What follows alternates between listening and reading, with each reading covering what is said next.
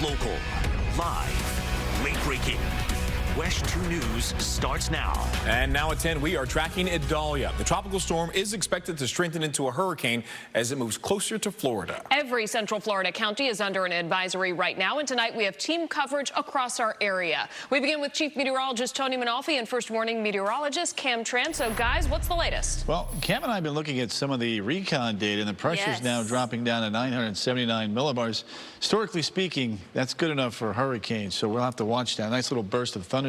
I was just going to mention that. Look at that last frame of that infrared satellite. You've got that nice organization now. Starting to get that circuit act together, and we could see a category, possibly Category 1 hurricane as we go in the overnight hours. Yeah, I'll tell you what, next advisory coming up here in about 45 minutes. Let me show you that perspective one more time. You can see north of Cancun, though, there is still some of that dry air there in place. So we'll have to watch that. But a big burst of thunderstorms tonight.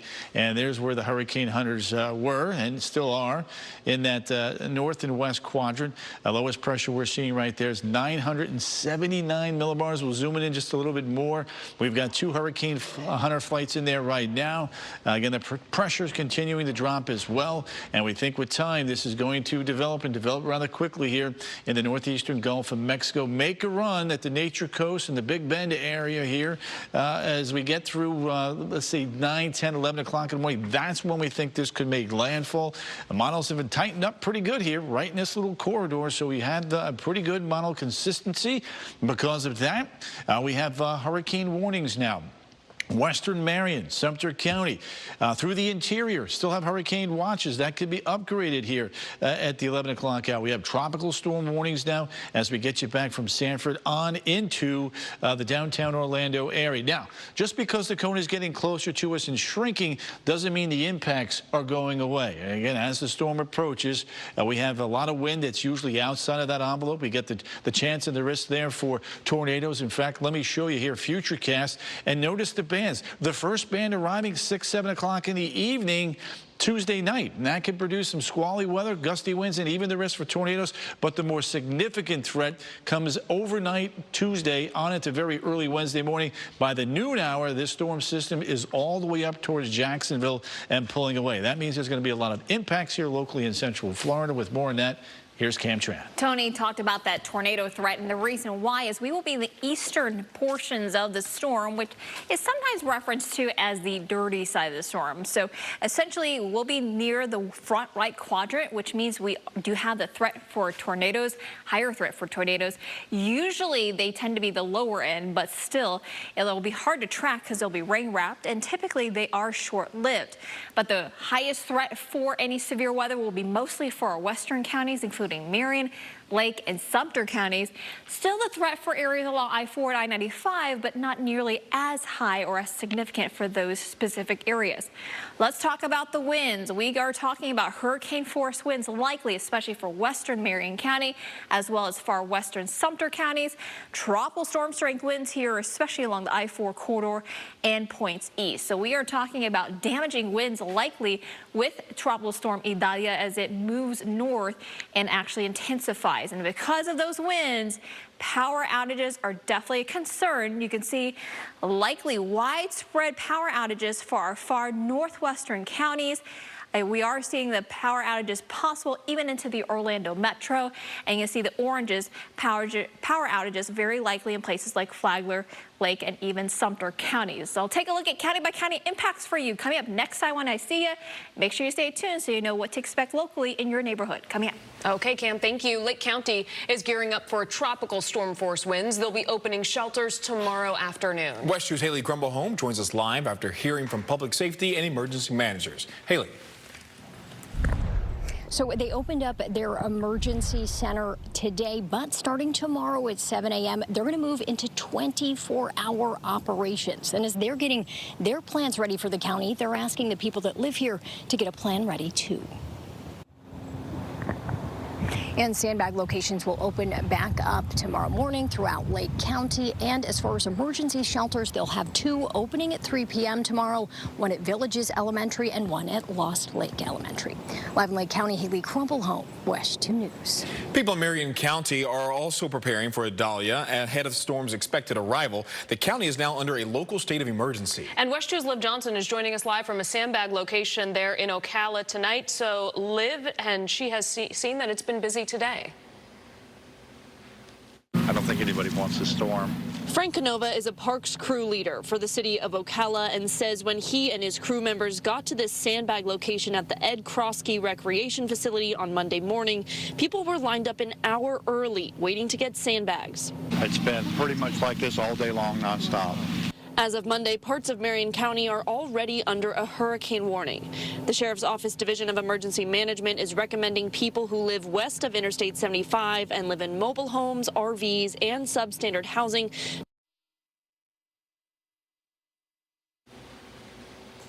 And we'll get to Liv Johnson later on in this broadcast. Meanwhile, Sumter County is most likely to feel the harshest effects of Idalia in our coverage area. The county declared a local state of emergency, and officials warned to expect some power outages. That's right, and there is a lake recreation center, the county's only sandbag site. It'll reopen at 8 tomorrow morning. 2 shelters are also extended to open at 4 p.m. The director of emergency management issued a stern warning to county residents, saying that Idalia is going to be dangerous. If the impacts that are anticipated by the forecast actually come to fruition, people will be impacted and affected. They need to be ready. They need to be prepared. County offices will open tomorrow, but they will close on Wednesday. Everyone has a part in preparing for this storm. The utility companies are getting in place for Idalia and getting ready for whatever the storm brings. WESH 2's Gail Pascal-Brown is joining us in the studio with what customers can expect. Gail. Well, we checked with several power companies, including Florida Power and Light. FP&L serves about 650,000 customers in Central Florida. Idalia is expected to be a major hurricane with widespread power outages. Florida Power and Light has started its emergency response plan by getting into position for the storm. We have a restoration workforce that we're pre-positioning. We're mobilizing them in order for them to respond back faster for our customers. So right now we're preparing and we're encouraging our customers to make their final preparations as well. Now, after the storm, and when it's safe to do so, thousands of the line workers will be working around the clock to restore power as quickly and as safely as possible. Now, OUC is also closely watching Idalia and urging customers to sign up for outage alerts by texting REG to this number, 69682. A spokesperson for Duke Energy says its meteorologists are also closely monitoring the storm's potential impacts. Back to you both. All right, Gail, thank you. Orange County is expected to get a few inches of rain from this storm, but even though it's not expected to bring its strongest wind and rain there, people aren't taking any chances. People were in Winter Garden earlier today, filling up their own sandbags. There were 5 different locations to do this. Local leaders have also been urging people to make sure that their homes and their properties are cleaned up so nothing gets picked up and thrown. We want our community to be overall safe, so we're asking people any of those types of items to put indoors, to tie it down so that it doesn't become a problem for someone else. The county sandbag pickup locations will be open again on Tuesday. Seminole County has been distributing sandbags since Saturday. Officials say 8,500 sandbags were handed out over the weekend. They say it was especially important given how not all of the tree and limb debris from a year ago has been cleared out yet. The county's Emergency Operations Center is also up and running, but not at full capacity yet. To prepare for sustained tropical storm force winds, even though some of the forecasts are not showing that we'll get very strong and long-lasting tropical storm force winds. Local ambulances and first responders are positioned closer to the projected landfall, ready to go help out as needed. The county is not expected to open any shelters, though they do have some on standby in case they are needed. Schools and garbage collection are not expected to be impacted. Some school districts in our region will be closed because of the storm. Marion County Public Schools will be closed Tuesday and Wednesday as schools transition into shelters. Lake and Flagler County Schools will be closed Wednesday. Sumter County is dismissing early on Tuesday with classes canceled Wednesday and Thursday. Osceola County after-school activities for tomorrow have been canceled. A decision on the status of school Wednesday will be made later on tonight. Volusia and Orange County schools are monitoring the storm and making preparations, but right now there is no change to class schedules. And of course, you can find those sandbag sites in Lake County and other counties all over Central Florida by heading to our website, WESH.com. You're also scrolling towards the bottom of your screen.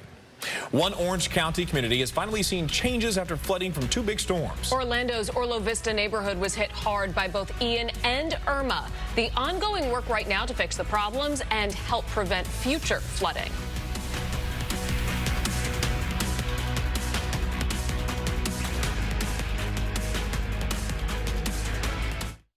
Meteorologists have been tracking Idalia for several days now. As you can see, it's starting to blow up convection right over the top of the edge of Cuba. That northward motion is about to happen, and it could intensify. Chief Meteorologist Tony Manolfi and the team are tracking the latest information. We'll give you more updates coming up in just a few moments.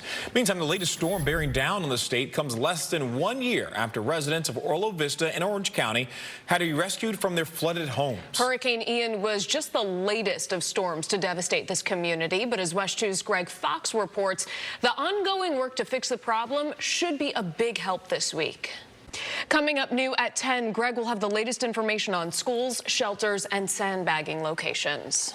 We need to talk now about your forecast and the latest track. The next big update comes at 11, but throughout the evening, we've been getting some new updates from the National Hurricane Center. All right, let's get over to the chief right now. Meteorologist Tony Manolfi is tracking it all for us. So, Tony, where is this storm? Has it moved at all? You know, it looks like it may be trying to move tonight. Here, last couple of hours, looks like it is trying to move a little bit more to the north. There's that northwestern tip there of Cuba. You can see the thunderstorms expanding and building up to the north. That may be a sign that we're starting to get a pull to the north. The winds are at 70 miles an hour, but as we have been indicating, the hurricane hunters have been down there, and they're finding pressures down around 979 millibars now. So again, that's a pretty good drop, another 4 millibars. We think this is going to intensify. Again, at 78 mile an hour winds now, going up to 120 by very early Wednesday morning. That's 50 mile an hour increase in the winds around the center of that circulation. That's what we call rapid intensification in about a 24-hour period or less. Major hurricane potentially at landfall as well, somewhere between, call it the southeastern nature coast up towards the northwestern side of the Big Bend area there.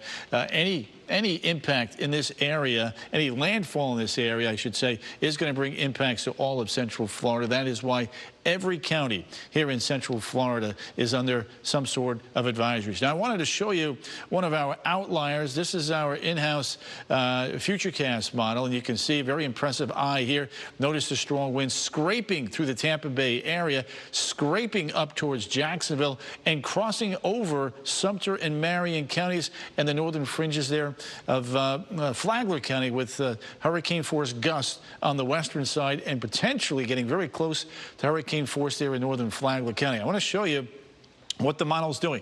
There's the first piece of energy, that little squall that's jumping up quickly from south to north Friday evening. We'll watch that for any tornado threat. And then you can see there's 3 a.m. Wednesday morning. Winds picking up, tropical storm force, 90 mile an hour wind gusts potentially up in Ocala on this particular model. The GFS and you're not quite that high, probably closer to the 75 to 80 mile an hour range. Either way, it's pretty good wind. There's the land 48, and you can see even through the noon hour, gusty winds here. Finally, by the time we get to 7, 8 o'clock, things will begin to improve from southwest to northeast. So again, the early arrival time, Wednesday night, right through very early in the morning, and then everything kind of lifts back up towards the north and the east. And that's kind of a big impact here on Central Florida. That's why a lot of folks in schools are beginning to close down with more on Idalia now.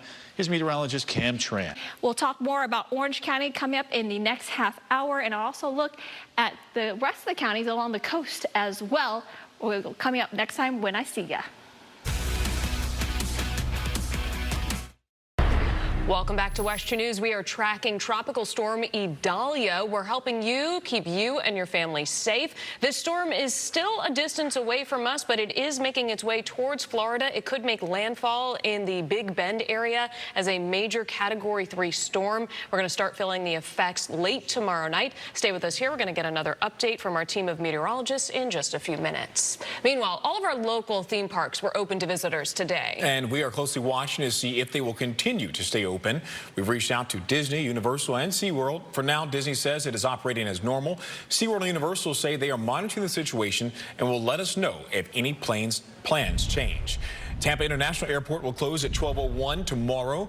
The airport will remain closed until it can assess any damage, secure its equipment, and prepare the airfield and terminals for use. Travelers are advised to check in with their airlines for flight updates. And a reminder, the airport is not a shelter. Orlando International Airport is currently open and operational. At this time, there's no plan to close the airport, but officials say they are monitoring this system closely to identify any potential extent of impact to airport operations. Check directly with your airline for any updates in regards to your flight. Next at 10, we are checking in on storm preparations as Idalia moves closer. From the coast to the heart of Central Florida, what you can do to get ready for this storm. Plus, we are checking back in with Chief Meteorologist Tony Manalfi and First Warning Meteorologist Cam Tran after the break.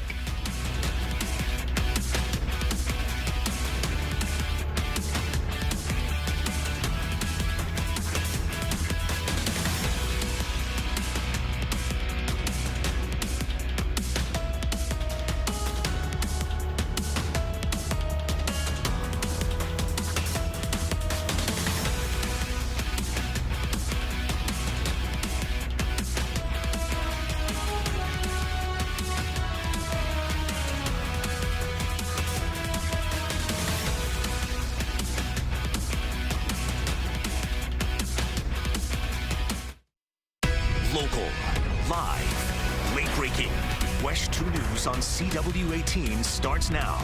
Tonight, we are tracking Idalia as it moves closer to Florida. The tropical storm is expected to intensify as it moves through the Gulf, and we are tracking the storm around the clock and timing out its every move hour by hour. Tonight, we have team coverage with First Warning Meteorologist Cam Tran and Chief Meteorologist Tony Manalfi. And Tony, we're getting closer to that 11 p.m. update, but time this out and on the impacts it'll have on Central Florida. Yeah, that's a great point, Stu. Let's go ahead and do that right now for our viewers that are kind of curious as to what's going on. Overnight, again, Idalia is moving into the Gulf. It becomes a hurricane, we think, before daybreak tomorrow, if not even by the 11 o'clock hours. We've seen the hurricane hunters in there giving us information that the pressure continues to slowly drop.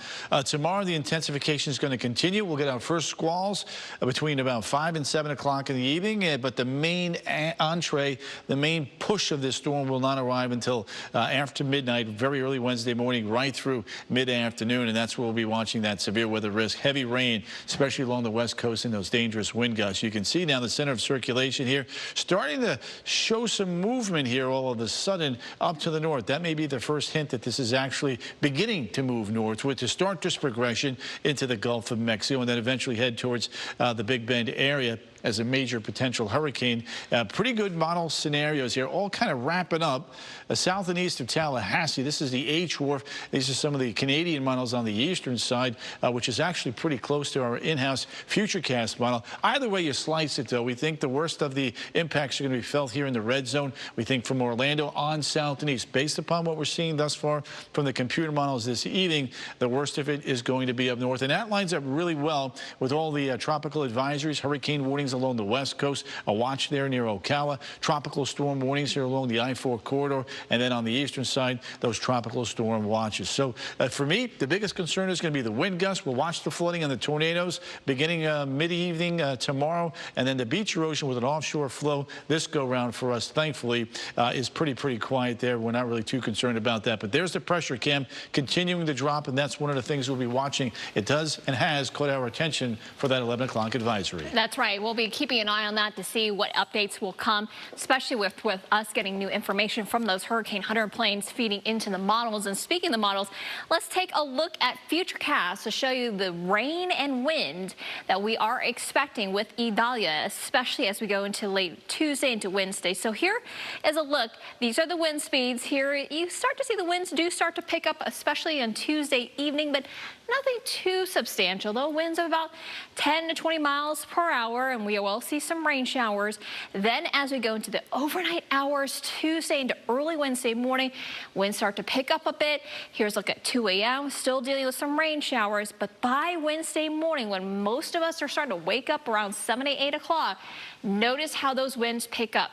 50-mile-per-hour winds in Ocala, 43 in the Villages, 41 in Claremont. We're seeing winds even along the coast there into the mid-30s, and wide swath of rain across our area as well. So in terms of the rain, they'll definitely pick up even into Wednesday afternoon. Still some gusty winds to our north, 51-mile-per-hour winds there in Ocala and in the Villages. Palm Coast, we're looking at winds still in the 40s, even as we go into Wednesday afternoon and evening. So in terms of local impacts for the Idalia, winds will definitely be on the high side, flooding on the medium side, as well as tornadoes, and as Tony mentioned earlier, beach erosion's fairly low. I'll go county by county for you and break down what you can expect in your neighborhood coming up in about 15 minutes. Part of Marion County is under a hurricane watch, and nearly every agency from emergency management to the county and schools is telling families to get ready now. WESH's Liv Johnson reports in Marion County, where people have been preparing all day. All right, Gail, thank you. Leaders in Osceola County are also tracking the storm and making sure that their residents are prepared. We are certainly hoping and praying that there will be a minimal impact, and we also encourage you once again, don't take this for granted. Make all the preparations that you need to make for this storm and do it today. The local school district says it's monitoring the situation. As of right now, students still have school tomorrow, but after-school activities and sporting events are canceled out of an abundance of caution. In Volusia County, emergency responders are closely watching what Idalia does. County leaders have already declared a local state of emergency, and the governor has included Volusia under his state of emergency order.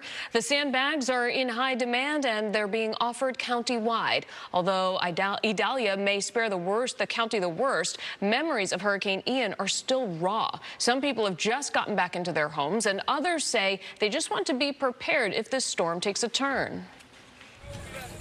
One thing I learned today was you can put sandbags in your shower, and that'll prevent backup.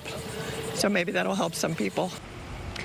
Beach erosion is another concern. All coastal contractors have to have their work sites secure by day's end on Tuesday. Brevard County is also bracing for Idalia. For now, it's outside the areas expecting to get hit hard. But county emergency management officials are urging residents to start their preparations. Evaluate your risk and get your hurricane kits in order by doing the necessary shopping. For Brevard, it's less about the rain and more about high winds. This is not the time to trim your trees. We don't need any more debris out there. We also want to make sure that people are bringing in any loose items from their yards. So that's the yard stuff, you know, any of that decor items, any kind of furniture that's out there that could be a projectile. To stay informed of developments in Brevard, you can text Brevard EOC to 888-777 to get alerts.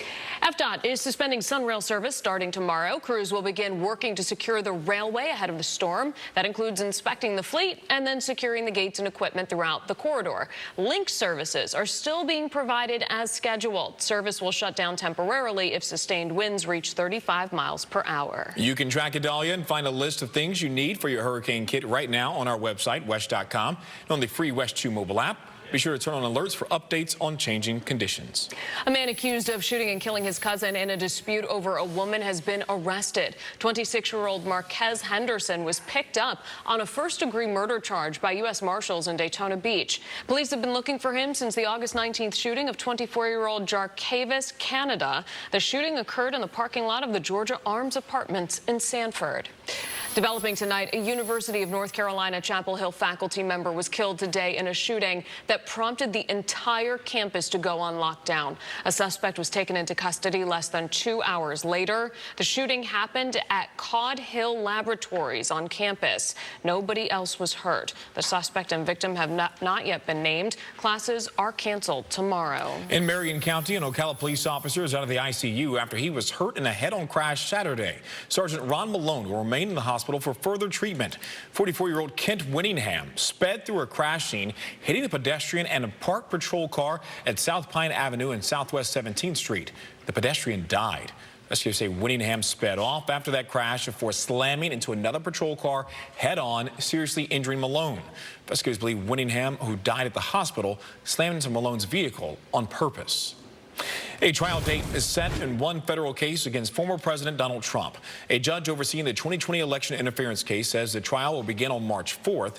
Special counsel Jack Smith and his team have been investigating Trump's efforts to overturn the election and his actions leading up to, during, and after the Capitol riot. This trial starts just one day before Super Tuesday and could impact Trump's race for the GOP nomination. He faces 3 other criminal cases. Coming up next at 10, preparing to help those in need. The call for blood donations before Idalia hits and how you can help. We're also continuing to track this storm around the clock. 20 minutes from now, we'll get the 11 p.m. update. Chief Meteorologist Tony Manalfi and First Warning Meteorologist Cam Tran will be back in just a few moments.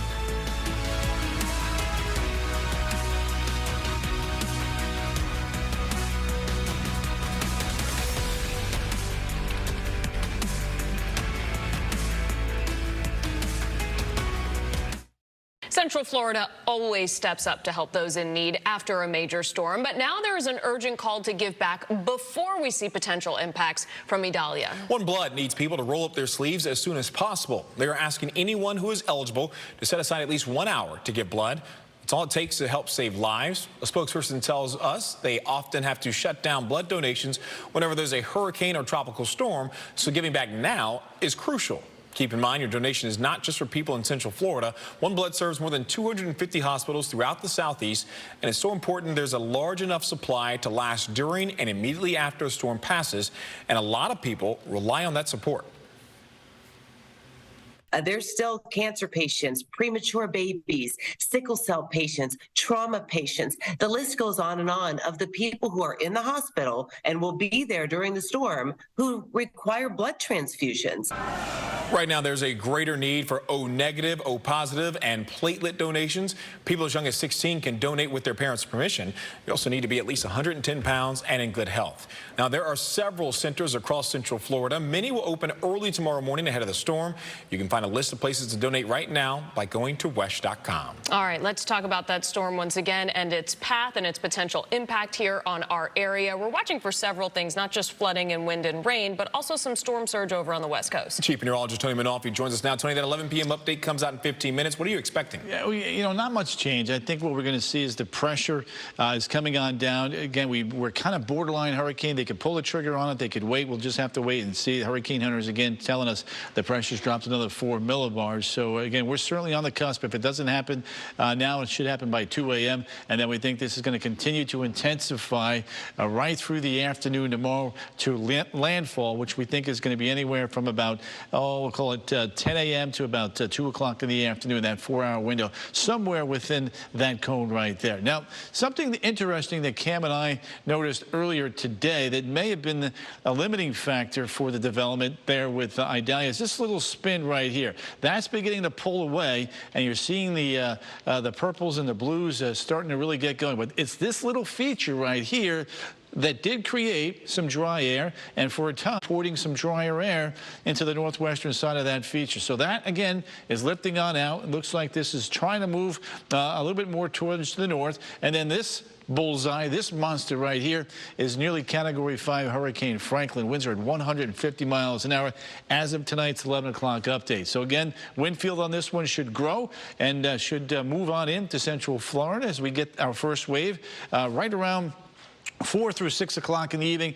This won't be the strongest winds, but it's just a kind of a testament of something that's coming up from the south to get a couple waves. And as these squalls continue to come on in, we're going to have to watch the risk for tornadoes. I think the worst of it's going to be from about midnight through about 9 o'clock in the morning. And this particular feature here, that's the eye on this one model. This is our in-house model. It's been pretty adamant about trying to bring this very close to the northwestern tip of Marion County, whereas the European and the GFS models are not that close to Central Florida. That's why the winds there are its strongest. It's an outlier. We're going to show it to you just because you need to know what could potentially be coming our way. Notice the wind speed still quite gusty throughout the afternoon. Once we get past about 8 o'clock, things will begin to improve. So as you can see, futurecast for Orlando, you see the winds peaking here between about 45 and 55 miles an hour with futurecast. They're a little bit lower with the Euro and the GFS. Bottom line, though, the greatest wind threat is going to be along the west coast. The farther east you go, Cam, you can see the winds will be just a little bit weaker, but we will have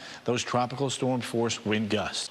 If you did not see your county, that's because we did in the last half hour, but you can check out our Facebook pages and WESH.com for all the county-by-county updates. Tomorrow and Wednesday, first warning weather days because of the impacts of Idalia, and then the rest of the week still quite wet with highs in the low 90s, but that's just our typical rainy season pattern. We'll have more news for you coming up on the other side of the break. On Thursday night, all eyes will be on Coach Gus Malzahn and the Knights as they kick off against Kent State. The game is UCF's first as a Power 5 member in the Big 12 Conference. Kristen Lago was at UCF today and has more on the matchup between the Knights and the Golden Flashes. UCF does not expect their travel plans to change because of the storm. However, the Florida Gators are altering their travel plans. The team will head to Dallas Tuesday before arriving in Utah on Wednesday as previously planned. All right, we're getting you another check of our forecast here. So, Tony, we were expecting that 11 p.m. outlook at the advisory. Is it out yet? Well, last I looked, it wasn't. Nope, let's it's not, yeah, I was to say, pop it up there. So that may be a hint or a clue that they're about ready to pull a trigger on a hurricane. It'll automatically update here once it says 11. Okay. It would there. So if you don't have it over the next minute and 10 seconds, you can check back over there. Actually, we're still on WESH right now, so tonight doesn't make a difference. Yeah. So there it is. You can see the storm system trying to get a little more symmetry down across that northwestern tip of the Caribbean there. It's going to come northward as we go through the overnight tonight and through the day tomorrow, then begin to intensify into a major hurricane, we think by very early Wednesday morning, make landfall potentially as a major hurricane as well and bring a lot of impacts up in our northwestern communities. Everybody in Central Florida is under a warning. So even though that cone has been shrinking like it always does, Cam and I, we preach to the choir. We always tell you, just because you're not in the cone does not mean that you're not going to have the risk for tornadoes, gusty winds, or the risk for some flooding. And it's also happening in the overnight hours, so that's something to consider as well. Good point. All right, remember, you can wake up with WESH. Our Sunrise crew will start at 4:30 a.m. with overnight news, first warning weather, and of course your traffic. We're staying on top of all of your big stories tonight, including that 11 p.m. update that should be about to come out. And don't forget, you can always get news online on WESH.com. Have a good one.